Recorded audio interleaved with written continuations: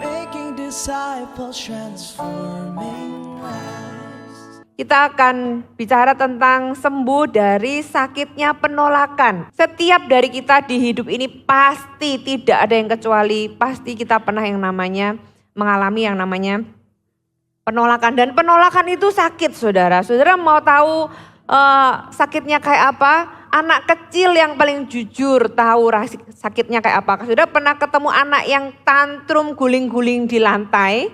Nah itu dia pasti habis ditolak sesuatu. Entah dia minta sesuatu, minta handphone mamanya nggak dikasih, minta permen nggak dikasih, pokoknya ditolak. Ya, responnya itu bisa sampai guling-guling teriak-teriak gitu ya. Tidak bisa atau sulit untuk kendalikan. Nah itu ekspresi jujur dari seseorang yang memang mengalami sakitnya penolakan. Nah kita tambah besar kita diajari untuk tidak berespon demikian. Tapi rasa sakitnya sama saja. Kita mengalami yang namanya rasa sakit dari penolakan. Dan kenapa penolakan itu bisa begitu menyakitkan? Bahkan sains menyatakan bahwa di otak kita yang memproses rasa sakit dari ditolak itu juga otak bagian yang sama yang memproses rasa sakit karena dipukul atau mengalami sakit secara fisik. Karena kalau sakit secara fisik yang otak kita memproses itu membahayakan nyawa, demikian juga otak yang sama memproses penolakan sebagai sesuatu yang membahayakan kelangsungan hidup kita. Itu secara alam bawah sadar, secara proses otak itu demikian. Dan apa yang membuat lebih sakit adalah bukan hanya ketika apa yang kita tawarkan ditolak, entah itu cinta, pekerjaan gitu ya, barang, kasih atau apapun gitu ya. Bukan hanya itu yang menyakitkan ketika apa yang kita tawarkan itu ditolak, tapi yang lebih menyakitkan adalah ketika kita sendiri yang ditolak. Saudara, kadang-kadang itu jadi sangat personal. Nah saudara, dan seringkali yang terjadi ketika kita ditolak, kita itu akan menarik diri dan bahkan menyerah. Berapa banyak orang yang mengalami penolakan, mereka itu akhirnya menyerah. Ya orang yang ditolak itu bisa akhirnya menarik diri. Salah satu cerita yang menyedihkan adalah seseorang yang bernama Muhammad Gandhi gitu ya. Ada seorang yang bernama Gandhi itu seorang India yang kita tahu sangat terkenal, dia tertarik dengan yang namanya kekristenan. Kekristenan dia ingin sekali belajar, sampai satu kali dia datang ke sebuah gereja, dia ingin belajar, karena dia bukanlah seorang yang menjadi Kristen, dia ingin belajar karena dia tertarik dengan pengajaran Yesus Kristus. Tapi ketika dia ke gereja, dia ditolak. Orang di gereja tersebut berkata bahwa ini bukan gereja untuk suku kamu. Nah sejak hari itu dia tidak ke gereja lagi. Dia berkata bahwa pengajarannya Yesus itu baik tapi orang-orangnya enggak baik. Sehingga membuat dia akhirnya tidak kembali lagi. Berapa banyak dari kita gitu ya, ketika kita itu mengalami penolakan kita juga akhirnya menyerah dan kita tidak mau memulai lagi, tidak mau membangun hubungan. Berapa banyak orang yang mungkin waktu masih remaja ditolak cintanya, sampai lama akhirnya tidak berani membangun hubungan. Ya karena apa? Karena takut ditolak lagi. Ingat bahwa apa yang saya bilang bahwa penolakan itu memang sakit dan otak kita memprosesnya sebagai sesuatu yang seperti mengancam kelangsungan kehidupan. Dan kalau kita tidak tahu bagaimana kita memproses dan sembuh dari the pain of rejection, itu bisa mempengaruhi banyak hal di kehidupan kita. Di dalam firman Tuhan ada banyak cerita bagaimana orang-orang itu ditolak. Gitu ya. Orang yang baik pun juga ditolak. Seperti Yesus contohnya, kita buka sama-sama Markus pasal yang ke-8 ayat yang ke-31. Kita tahu sendiri Yesus sendiri pun aja ditolak ya saudara ya. Markus pasal yang ke-8 ayat yang ke-31. Kemudian mulailah Yesus mengajarkan kepada mereka bahwa anak manusia harus menanggung banyak penderitaan dan ditolak oleh tua-tua, imam-imam kepala dan ahli-ahli Taurat lalu dibunuh dan bangkit sesudah 3 hari. Saudara bukan hanya ini, ketika Yesus sedang mengajar gitu ya. Keluarganya itu menolak dia dengan berkata bahwa Yesus itu sudah gak waras lagi dengan pengajarannya. Yesus mau disuruh pulang. Yesus ditolak juga di kampung halamannya sendiri. Ada firman Tuhan yang berkata seorang nabi tidak diterima. Kita buka lagi di Yohanes pasal yang pertama, ayat yang ke-10 sampai ayat yang ke-11. Ia telah ada di dalam dunia dan dunia dijadikannya olehnya, tetapi dunia tidak mengenalnya. Ia datang kepada milik kepunyaannya, tetapi orang-orang kepunyaannya itu tidak menerima dia. Saudara, ini yang disampaikan oleh Yohanes adalah tentang Yesus. Yesus datang ke dunia ini dijadikan olehnya kata firman Tuhan. Tapi dunia bahkan tidak kenal siapa yang menjadikannya. Bukan hanya itu, ia datang kepada milik kepunyaannya. Kepada manusia, yaitu orang-orang yang dia ciptakan, tetapi orang-orang kepunyaannya itu tidak menerimanya. Yesus itu datang dengan sebuah pengetahuan bahwa dia itu akan ditolak, saudara. Penolakan itu sesuatu yang memang diizinkan Tuhan dan ada di dalam bagian dari kehidupan kita. Nah, kalau kita itu tidak punya ekspektasi yang realistis terhadap kehidupan, hidup kita bisa terhenti di satu titik karena yang namanya penolakan. Tapi kenapa Yesus itu tahu bahwa dia itu akan ditolak gitu ya, dari berbagai sisi, bahkan oleh manusia milik kepunyaannya sendiri.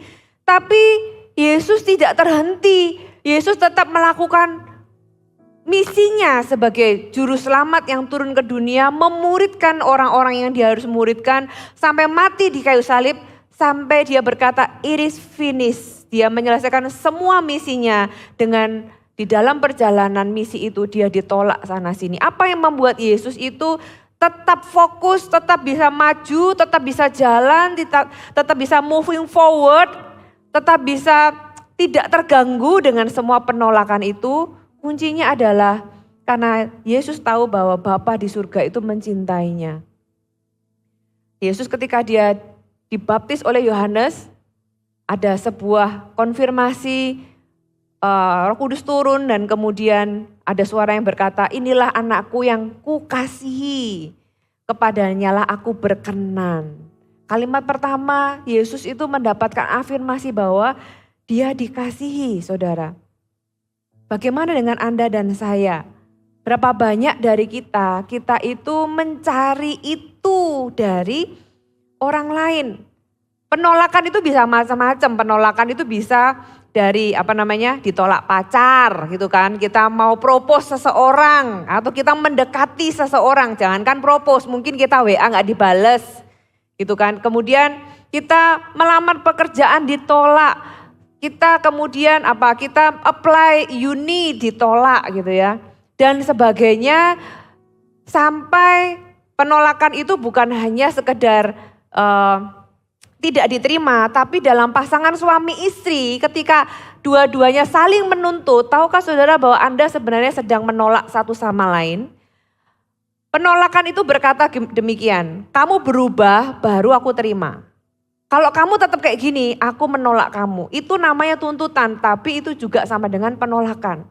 Kalau kamu gak berubah, aku gak mau sama kamu. Aku gak mau menerima kamu yang seperti ini. Betul gak saudara? Bukankah demikian juga kita itu begitu kepada orang lain dan kita itu mencari penerimaan dari orang lain. Kita berkata kepada orang lain, "Kamu harus berubah." Tuntutan berkata kamu harus berubah. Dengan kata lain, kalau kamu tidak berubah, kamu tidak aku terima. Atau penolakan juga bisa berupa pengabaian. Aku enggak mengabaikan seseorang, dia tidak diterima sebagaimana orang itu ada, tidak dikasihi. Contoh di firman Tuhan yang nanti saya juga akan ceritakan adalah tentang Lea. Lea adalah istri dari Yakub. Sebenarnya Yakub kepengennya Rahel, tapi pada zaman itu budaya berkata bahwa kakaknya harus menikah dulu. Makanya diberikan Lea. Tapi Yakub tidak bisa mengasihi Lea. Lea dikatakan dia tidak dikasihi. itu juga berupa penolakan. Aku tidak menerima kamu, aku tidak mengasihi kamu. Tidak diterima, saudara. Dan seringkali yang muncul ketika kita itu ditolak, apa respon kita? Kita akan bertanya-tanya, apa yang kurang dari saya? Apa yang salah dari aku? Aku harus berubah menjadi seperti apa supaya aku diterima? Betul enggak saudara? Itu respon yang muncul. Saudara, apakah aku ini kurang bagi dia sehingga aku ditolak? Apa yang harus aku lakukan dan sebagainya, itu yang muncul dan itu seringkali bisa sampai menghantam yang namanya harga diri. Dan respon orang itu bisa berubah beda-beda. Bisa berupa menarik diri atau bisa menyesuaikan tapi akhirnya kehilangan identitas supaya bisa diterima, saudara. Nah, kalau kita itu masih mencari validasi atau dari orang lain untuk membuat diri kita penting, saudara-saudara perlu memikirkannya. Mereka itu bisa memberikan dan bisa mengambil lagi. Manusia itu bisa membuat kita itu merasa penting, tapi kalau ada sesuatu yang tidak menyenangkan bisa menjadi sebaliknya membuat kita merasa tidak dikasih. Jadi kalau kita mencari validasi dari manusia, percayalah saudara pasti akan kecewa. Saudara, oleh sebab itu Anda ada di gereja, carilah validasi yang pertama-tama dari Tuhan. Ya, kebalikan dari penolakan adalah penerimaan. Jadi kalau seseorang itu takut ditolak, ya pernah nggak saudara lihat orang itu yang takut banget ditolak. Jadi dia akan berusaha jadi people pleasure, kemudian dia berusaha melakukan semua yang orang lain mau. Kenapa? Karena ingin diterima. Karena itu yang dicari, orang itu takut ditolak. Pada dasarnya sebenarnya dia itu ingin diterima. Jadi kalau apa yang Anda cari dari ketakutan akan penolakan sebenarnya adalah penerimaan. Itu yang kita cari. Nah, kenapa kita cari dari orang lain? Kenapa banyak orang itu cari dari orang lain dan bahkan dia bisa berganti cari orang satu nggak dapat ke orang lain, bahkan dia itu rela memberikan hal-hal yang harusnya tidak dia berikan karena ingin cari penerimaan. Kenapa orang cari penerimaan dari orang lain? Karena dia nggak bisa terima dirinya sendiri dulu. Kalau dia bisa menerima dirinya sendiri, dia nggak akan cari dari orang lain.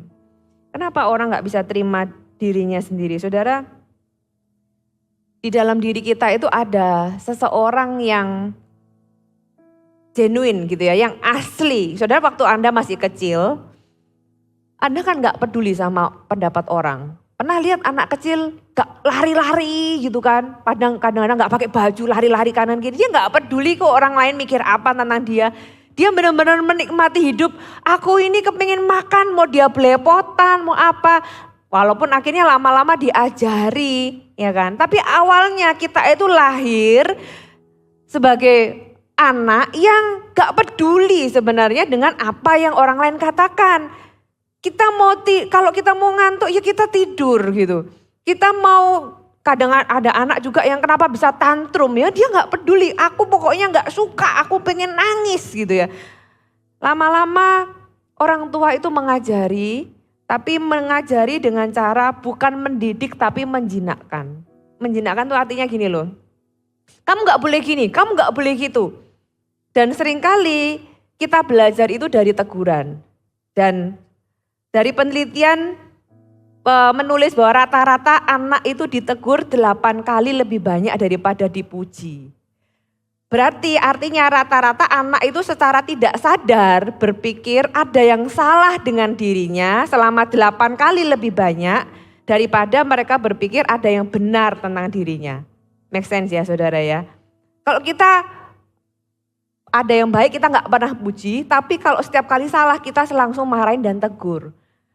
Kita semua sama kok, mau orang tua mau anak, sama-sama hatinya itu terbuat dari bahan yang sama. Ya, kalau anak itu ditegur, dimarahin, bukan berarti gak boleh dimarahin, harus dididik, dikasih tahu gitu ya.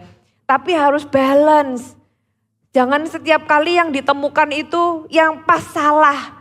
Seorang anak itu punya kerinduan, caught me when I'm right. Tangkap aku ketika aku ini berbuat hal yang benar, berbuat hal yang baik. Aku juga pengen dipuji. Bukankah kita orang dewasa juga demikian? Apalagi anak-anak. Tapi yang terjadi kadang-kadang kita orang tua tidak menyadari kebutuhan itu. Pokoknya kita mau anak kita baik. Kalau dia baik, kita berpikir itu sudah sewajarnya. Kalau dia salah, kita langsung tegur. Akibatnya seorang anak merasa lebih banyak salah lagi gitu ya. Sehingga dia merasa dirinya ini sesuatu yang dia gak bisa terima karena banyak salahnya. Dan karena dia sering ditegur gitu kan. Apa yang dia tangkap adalah dia tidak diterima oleh orang tuanya. Kenapa? Karena aku banyak salahnya. Nah, apa yang dia tidak terima dari orang tuanya yang seharusnya memberikan kepada dia cari dari orang lain. Kalau kita demikian, dan itu tidak tergantung umur saudara, Anda bisa bawa itu sampai tua loh itu. Saudara, Tuhan mau kita sembuh dari itu, Tuhan mau kita dipulihkan Tuhan, sehingga kita nggak lagi seeking atau kita nggak lagi haus mencari validasi dari orang. Akhirnya kita itu mencapai sukses demi apa? Demi dipuji. Kenapa? Karena di rumah nggak pernah dipuji. Mencari sesuatu, beli barang-barang yang di luar kemampuan. Demi mendapatkan apa? Demi mendapatkan validasi yang sebenarnya kita nggak pernah dapatkan di rumah dan di dalam diri kita sendiri. Saudara, Tuhan melihat itu sebagai sesuatu yang tidak sehat dan Tuhan gak mau kita terus tinggal di dalam siklus yang demikian. Nah, saudara bicara tentang siapa tadi Yesus. Yesus ketika mengalami semua penolakan yang ada, ya, apa respon Yesus terhadap penolakan yang dia alami? Yang pertama, Yesus itu tidak putus asa, dia tidak mundur. Ketika dia mengalami penolakan, dia tidak mundur dan mengisolasi diri. Dia enggak withdraw, dia enggak kemudian membuat benteng sehingga dia tidak dilukai. Enggak, dia menghadapi penolakan itu. Dia mengalami rasa sakitnya gitu kan. Kalau kita ini mundur, berapa banyak orang yang ditolak seperti Mahatma Gandhi tadi, akhirnya enggak datang lagi. Berapa banyak kita mengalami penolakan di gereja, akhirnya kita tidak kembali lagi. Saudara ya, kita merasa gak usah gereja-gerejaan. Mungkin kita ngalami penolakan dari teman seiman misalnya, di gereja, di CG gitu kan. Datang gitu, akhirnya menolak, sudah penuh, gak boleh masuk. Buat apa datang ke gereja ini gitu kan. Udah gak usah datang lagi. Saudara, ketika kita mengalami penolakan, jangan punya respon yang demikian. Punyalah respon yang baik, hadapi, cari solusi. Kalau memang itu menyakitkan, ya dirasakan gak apa-apa dan saudara bawa di hadapan Tuhan. Itu penolakan yang menurut saya seharusnya simple, sederhana. Tapi kadang-kadang orang itu bisa numpuk saudara. Orang yang terluka dari masa kecil itu bisa terbawa kalau dia gak bereskan sampai besar. Yesus ketika dia mengalami penolakan, dia gak mengisolasi diri, dia tidak menarik diri, dia tidak mundur. Dan yang berikutnya Yesus tidak membalas. Yesus tidak membalas. Seperti yang saya bilang tadi, di dalam hubungan suami istri, di dalam keluarga gitu ya. Kalau seseorang itu menuntut, orang lain yang dituntut akan merasa ditolak. Yang terjadi adalah saling menuntut.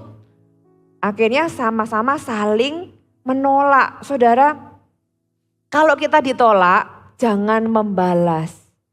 Ya, karena ini bukan tentang Anda.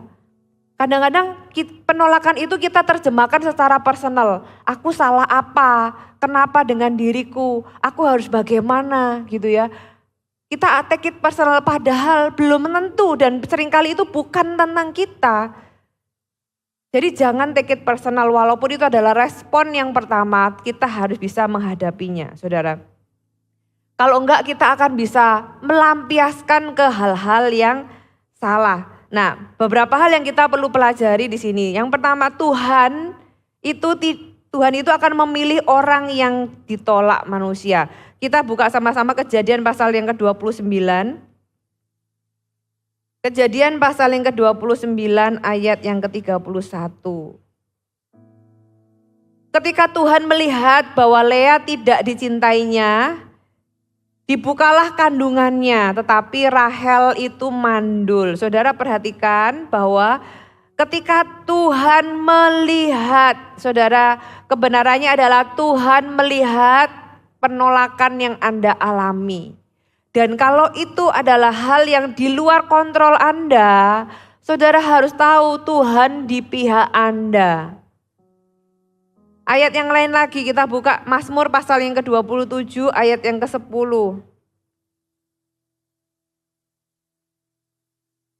Ini adalah Mazmur yang ditulis oleh Daud. Sekalipun ayahku dan ibuku meninggalkan aku, namun Tuhan menyambut aku. Saudara, ini adalah peristiwa dari zaman dulu. Sebagai manusia, orang tua tidak bisa menjadi orang tua yang sempurna. Dan di dalam ketidaksempurnaan itu bisa jadi anak-anak itu merasa tertolak. Dan bahkan kalau kasusnya Daud adalah kita tahu Daud itu bahkan tidak dianggap di keluarganya, diabaikan, tidak dianggap anak. Saudara, bahkan ketika Nabi Samuel datang mau mengurapi anak-anak Isai, semua yang lain disuruh kumpul kecuali Daud. Jadi Daud itu benar-benar dianggap nggak ada, gitu ya. Tidak diterima sebagai bagian di dalam keluarga. Kalau dia diterima sebagai bagian di dalam keluarga, dia pasti dipanggil sebelum Samuel menuangkan minyak, sebelum Samuel itu melihat satu demi satu, sebelum Samuel memulai ketika dia itu mau mengurapi anak-anak Isai. Jadi Samuel itu lihat 1, 2, 3, sampai yang ke-7. Dia bertanya-tanya kenapa enggak ada dari 7 ini. Berarti itu kan sudah takes time. Dari awal memang enggak diingat. Dari awal memang enggak diharapkan, saudara. Dan akhirnya setelah Samuel tanya demikian, masih adakah anakmu? Baru papanya Daud berkata, oh masih ada 1 di Padang. Tahu enggak saudara? Inisiatif manggil Daud itu bukan dari papanya. Karena Samuel yang berkata, kita tidak akan makan sampai anakmu datang ke sini. Jadi sampai di tanda kutip diancam sama Samuel. Panggil anakmu itu karena kita nggak akan melakukan hal yang lain sebelum anakmu datang. Saudara bisa bayangkan tinggal di dalam keluarga yang demikian. Tapi Daud ini adalah orang yang terbukti bisa menghadapi yang namanya penolakan. Di dalam kehidupan Daud ada banyak orang yang menolak dia. Keluarganya sendiri menolak dia. Ketika dia datang kepada kakaknya di medan perang yang akhirnya Daud membunuh Goliat.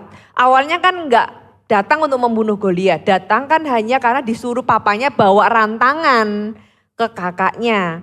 Ketika dia di sana, kakaknya bilang, ngapain sih kamu ada di sini gitu ya. Dari responnya kita tahu hubungan seperti apa yang ada di keluarga ini.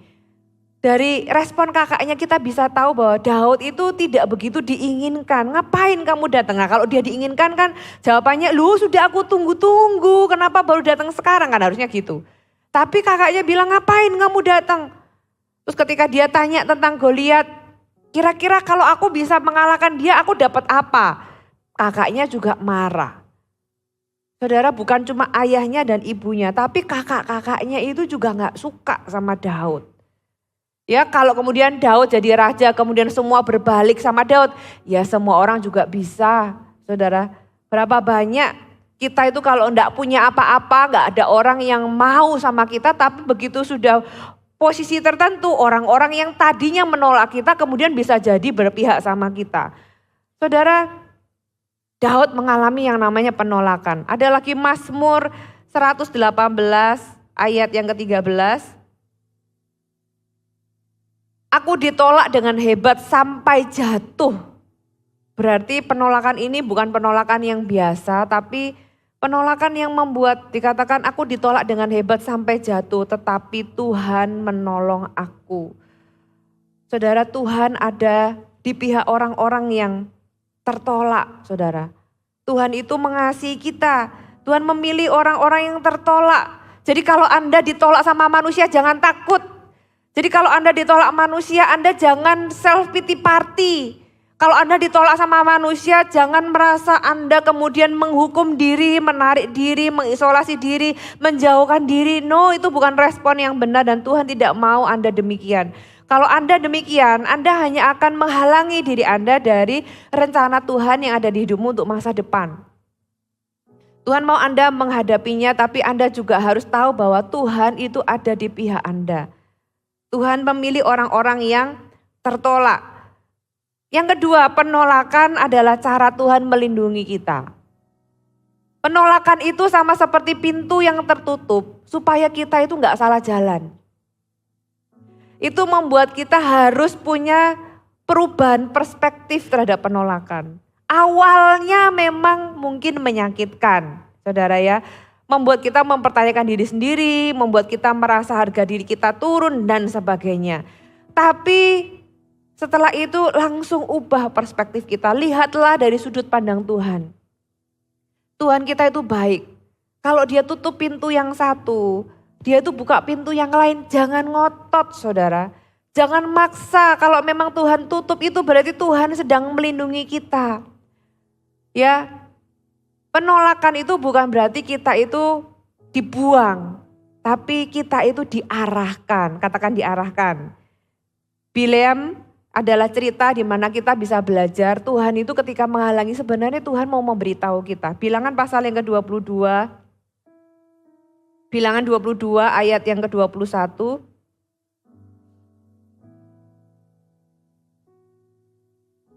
Kita baca satu perikop ini ya. Ini cerita tentang keledai Bileam dan malaikat Tuhan. Lalu bangunlah Bileam pada waktu pagi, dipelanainya keledainya yang betina dan pergi bersama-sama dengan pemuka-pemuka Moab. Tetapi bangkitlah murka Allah ketika ia pergi dan berdirilah malaikat Tuhan di jalan sebagai lawannya. Bileam mengendari keledainya yang betina dan 2 orang bujangnya ada bersama-sama dengan dia. Ketika keledai itu melihat malaikat Tuhan itu berdiri di jalan dengan pedang terhunus di tangannya, menyimpanglah keledai itu dari jalan dan masuk ke ladang. Maka Bileam memukul keledai itu dan memalingkannya kembali ke jalan. Kemudian pergilah malaikat Tuhan berdiri pada jalan yang sempit di antara kebun-kebun anggur dengan tembok sebelah menyebelah. Jadi ini jalan sempit kanan kiri tembok ya saudara ya. Ketika keledai itu melihat malaikat Tuhan, ditekankannya lah dirinya kepada tembok sehingga kaki Bileam terhimpit pada tembok. Maka ia memukulnya pula. Berjalanlah pula malaikat Tuhan terus dan berdirilah ia pada suatu tempat yang sempit yang tidak ada jalan untuk menyimpang ke kanan atau ke kiri. Melihat malaikat Tuhan meniaraplah keledai itu dengan Bileam masih di atasnya. Lalu dipukulnyalah keledai itu dengan tongkat. Ketika Tuhan membuka mulut keledai itu, ini ajaib ya saudara ya. Jadi keledainya bisa ngomong. Sehingga ia berkata kepada Bileam, apakah yang kau lakukan? Apakah yang kulakukan kepadamu sehingga engkau memukul aku 3 kali? Jawab Bileam kepada keledai itu, karena engkau mempermain-mainkan aku. Seandainya ada pedang di tanganku tentulah engkau kubunuh sekarang. Tetapi keledai itu berkata kepada Bileam, bukankah aku ini keledaimu yang kau tunggangi selama hidupmu sampai sekarang? Pernahkah aku berbuat demikian kepadamu? Jawabnya, tidak. Kemudian Tuhan menyingkapkan mata Bileam, dilihatnya malaikat Tuhan dengan pedang terhunus di tangannya berdiri di jalan. Lalu berlututlah ia dan sujud. Berkatalah malaikat Tuhan kepadanya, apakah sebabnya engkau memukul keledaimu sampai 3 kali? Lihat, aku keluar sebagai lawanmu sebab jalan ini pada pemandanganku menuju pada kebinasaan. Tetapi ketika keledai ini melihat aku, telah 3 kali ia menyimpang dari hadapanku. Jika ia tidak menyimpang dari hadapanku, tentulah engkau kubunuh pada waktu itu juga dan dia kubiarkan hidup. Saudara, cerita ini sebenarnya menggambarkan bagaimana cara Tuhan melindungi kita ketika dia menghalangi jalan kita. Entahkah itu berupa hubungan yang kita ditolak sama orang tertentu. Atau mungkin pekerjaan yang kita ajukan itu ditolak gitu ya. Atau mungkin hal-hal lainnya. Saudara, saya dulu pernah ditolak 2 kali. Jadi hari ini saya ada di Jakarta menikah dengan Pastor Fuji, itu karena saya mengalami beberapa hal yang beberapa penolakan gitu ya. Saya dulu punya cita-cita kuliah di Jakarta. Saya sudah mendaftar ke salah satu universitas di Jakarta gitu ya. Tapi entah gimana bukan ditolak, tapi waktu ujian saya sakit. Jadi saya nggak bisa ikut ujian. Saya merasa kenapa ya gitu. Padahal saya tuh punya mimpi kuliah dan tinggal di Jakarta. Akhirnya sebenarnya orang tua saya itu punya mimpi anaknya jadi dokter. Jadi papa saya adalah dokter gigi, punya mimpi anaknya jadi dokter. Selama SMA kelas 3 saya ikut bimbingan belajar 1 tahun saudara. Supaya saya bisa lulus UMPTN. Ya nggak tahu namanya sekarang apa karena sudah berubah kayaknya. UMPTN itu ujian masuk perguruan tinggi negeri. Nah kemudian saya akhirnya daftarlah UMPTN gitu ya. Dengan harapan dari orang tua saya jadi dokter. Ternyata nggak diterima saudara. Nggak diterima, akhirnya saya masuk ke salah satu universitas swasta. Hanya untuk menunggu 1 tahun dengan harapan tahun depan nyoba lagi saudara. Karena harapan orang tua saya kebetulan anak sulung dan harapannya itu saya yang jadi dokter gitu. Udah saya setahun nih masuk kuliah di universitas salah satu universitas swasta di Surabaya. Tahun depannya saya coba lagi ikut UMPTN, ditolak lagi saudara. Karena UMPTN saya yang saya pilih itu di kota lain bukan Surabaya gitu ya. Jadi 2 pilihan tahun pertama, 2 pilihan tahun kedua, 4-4-nya di luar kota Surabaya. Ya singkat cerita saya end up di universitas swasta yang sebenarnya dari awal nggak punya rencana ke sana, hanya untuk mampir sebentar. Ya singkat cerita saya menyelesaikan di sana sampai S1 sampai program apoteker karena saya ambil jurusan farmasi pada waktu itu. Dan akhirnya ya singkat cerita apa yang Tuhan tidak kehendaki atau Tuhan itu tutup pintunya itu mengarahkan saya sampai akhirnya hari ini ketemu dengan orang yang menjadi pasangan hidup saya sampai akhirnya menjadi hamba Tuhan sampai hari ini. Ya who knows. Tapi Tuhan itu tahu hidup kita, tahu yang terbaik. Dia menyediakan tujuan yang lebih baik, jalan-jalan yang kalau kita hidup seturut kehendak Tuhan, Tuhan itu akan arahkan. Ada banyak cerita sebenarnya, apa yang ditolak bukan berarti kita itu dibuang dan tidak disukai. Jangan terjemahkan penolakan sebagai sesuatu yang sifatnya personal atau sesuatu yang sifatnya pribadi dan akhirnya mengantem atau menghantam harga diri Anda. Tapi lihatlah dari perspektif Tuhan. Segala sesuatu di hidup kita itu nothing random. Segala sesuatu di hidup kita itu atas seizin Tuhan. Saudara yang percaya katakan amin. Segala sesuatu di hidup kita itu atas sepengetahuan Tuhan. Gak ada satupun di hidup Anda yang Anda bisa bilang pasti Tuhan gak tahu ya aku ngalami ini. Saudara Tuhan itu tahu. Dan kalau itu diizinkan Tuhan, coba lihat dari perspektif Tuhan. Tuhan punya rencana lain yang lebih baik. Mungkin waktu kita ngalami awalnya sakit, gak apa-apa dirasain aja rasa sakitnya. Datang sama Tuhan, Tuhan kok aku ditolak, kok aku begini begitu gak apa-apa datang sama Tuhan. Jangan berhenti kemudian Anda menarik diri dan kemudian Anda tidak lagi bisa maju. Tapi bawa rasa sakit Anda di hadapan Tuhan, ketika Anda di hadapan Tuhan ubahlah perspektif Anda. Ya, supaya Anda juga bisa lihat bahwa penolakan itu tidak tentang Anda. Tapi tentang kebaikan Tuhan bagaimana Dia itu melindungi Anda. 1 kali di tahun-tahun yang akan datang Anda akan bersyukur. Saudara, saya angkatan 97 pada waktu itu. Kalau saya ada di kuliah di Jakarta mungkin saya ada jadi salah satu orang yang meninggal karena yang terjadi di kampus yang di dekat kita ini. Saudara, mungkin saya jadi salah satu korbannya. Who knows, kita nggak pernah tahu. Pada waktu itu saya juga merasa, loh kenapa ya saya itu kepengen gitu loh. Saya kepengen ada di Jakarta, saya suka kota ini dan sebagainya. Tuhan itu ternyata menyimpan mimpi kita. Kalau kita waktu itu nggak dapat, hari ini saya tinggal di Jakarta sudah hampir 20 tahun saudara. Jadi at the end pada akhirnya Tuhan itu menjawab kok keinginan kita kalau itu tidak berlawanan dengan kehendak Tuhan. Tapi mungkin waktu itu waktunya nggak tepat dan caranya bukan cara saya kuliah di sini.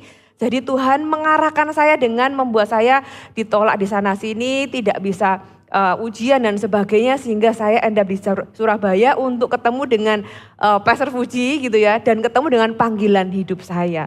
Saudara, bagaimana dengan hidup Anda? Sama, kita punya Tuhan yang sama baiknya, amin. Kita punya Tuhan yang sama mengasihi kita dengan kasih yang kekal. Saudara harus percaya bahwa kalau Anda ditolak seseorang walaupun itu menyakitkan, itu baik buat Anda. Ya, suatu hari di masa depan Anda akan bersyukur. Anda tidak akan menyesalinya kalau Anda bisa melihat dari perspektif Tuhan. Bagaimana kasih Tuhan melindungi Anda dengan cara penolakan. Ya, yang ketiga, kembangkan penerimaan untuk orang lain. Kalau kita tahu bahwa ditolak itu menyakitkan, ya, kita harus belajar mengembangkan penerimaan terhadap orang lain. Bagaimana cara kita mengembangkan penerimaan bagi orang lain? Ya, ketahui bahwa ada orang-orang di sekitar Anda. Jangan mengabaikan orang-orang yang ada di lingkungan Anda. Jangan mengabaikan orang-orang yang Tuhan kirim di kanan kiri Anda, gitu kan. Dan punyalah ekspektasi yang realistis terhadap mereka. Maksudnya gini loh, jangan punya ekspektasi yang terlalu tinggi sehingga Anda menjadi orang yang menuntut orang lain. Kamu harus begini, kamu harus begitu. Kalau dia tidak seperti yang kita mau, kita akan kecewa. Saudara, itu namanya sekali lagi bukan menerima, tapi malah menolak. Tuntutan kita itu diterjemahkan sebagai penolakan bagi orang lain. Penolakan bukan berarti kita itu agree atau setuju dengan apapun yang mereka lakukan. Enggak. Penolakan bukan berarti kita itu mengizinkan orang itu melakukan apapun kepada kita. Bukan. Itu berarti kita enggak punya boundaries. Penerimaan itu artinya kita itu menerima setiap orang memang beda-beda. Setiap orang itu ada, ya mereka ada di kanan kiri kita notice, kita tahu mereka ada gitu ya, kenali mereka, terima keunikan mereka karena setiap orang unik termasuk kita sendiri ini juga unik saudara. Setiap orang itu punya keunikan masing-masing, hargai perbedaan demi perbedaan. Kita tidak perlu setuju dengan semua apalagi yang salah dan kita juga jangan ikut-ikutan yang salah. Dengan kita tidak ikut-ikutan bukan berarti kita menolak. Kita menerima orangnya tapi kita tidak setuju dengan perbuatannya. Tapi orangnya kita terima. Dengan cara kita menghargai mereka yang ada di kanan kiri kita. Nah kalau hari ini Anda sendiri struggle dengan yang namanya penolakan. Mungkin ada hal-hal di zaman Anda masih kecil yang Anda hari ini itu masih merasa gak terima gitu ya. Kenapa orang ini dulu kok gak mau sama aku gitu kan. Kenapa kok aku ini ditolak. Entah Anda jelaskan peristiwa Anda perlu sembuh dan Tuhan mau menyembuhkanmu. Tuhan mau menyembuhkanmu supaya Anda bisa maju ke dalam rencana masa depan yang Tuhan sediakan. Amin. Gimana caranya? Terima dulu bahwa memang itu sakit. Accept the feeling. Terima perasaan bahwa itu sakit. Terima sebuah kenyataan bahwa memang pintu itu tertutup. Terima sebuah kenyataan bahwa Tuhan tidak mau Anda ada di situ atau mungkin bersama dengan orang itu. Ya, Anda perlu menerima itu dulu. Kemudian Anda cari dukungan. Saudara bisa cerita kepada orang yang Anda percayai gitu ya, Anda bisa minta didoakan. Dan kemudian ubah perspektif Anda. Ubah perspektif Anda. Lihat dari sudut pandang Tuhan.